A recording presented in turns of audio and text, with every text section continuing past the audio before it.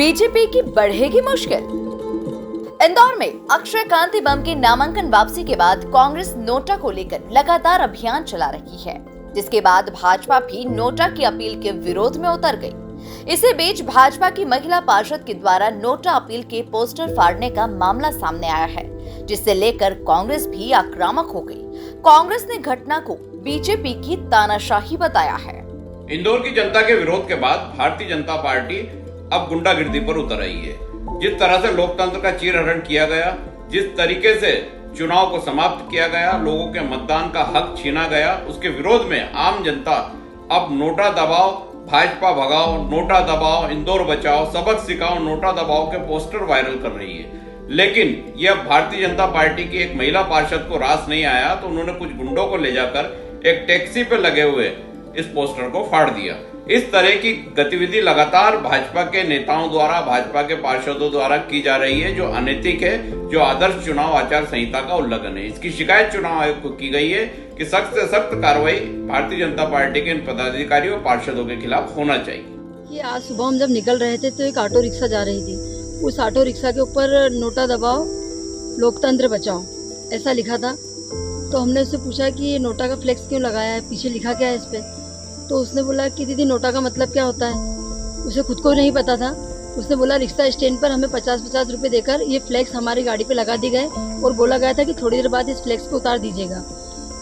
इसीलिए हमने उस फ्लेक्स को उतराया और आज पूरा देश मोदी में हो चुका है, भगवा में हो चुका है। राम मंदिर जैसी धरोहर, जो हमारी 500 साल पुरानी धरोहर हमें मिली है, तो पूरे देश में मोदी जी की जय जयकार है।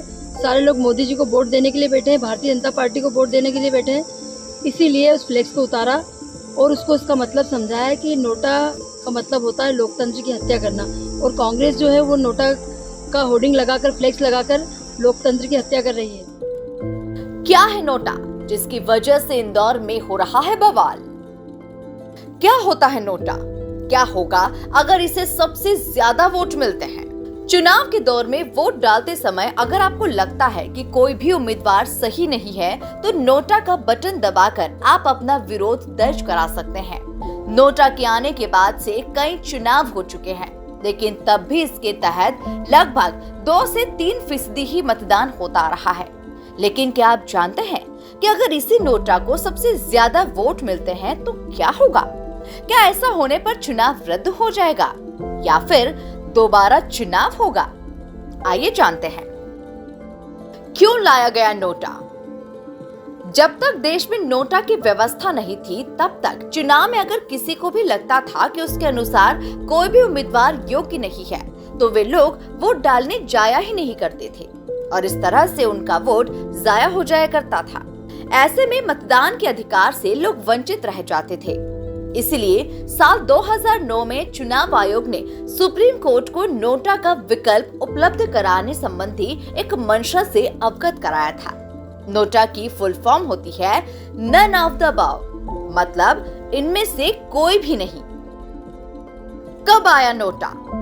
नागरिक अधिकार संगठन People's Union for Civil Liberties ने भी नोटा का समर्थन करते हुए एक जनहित याचिका दाखिल कराई थी, जिसके बाद साल 2013 में न्यायालय ने मतदाताओं को नोटा का विकल्प देने का निर्णय लिया था और इस प्रकार ईवीएम में एक बटन नोटा का विकल्प बनाया गया।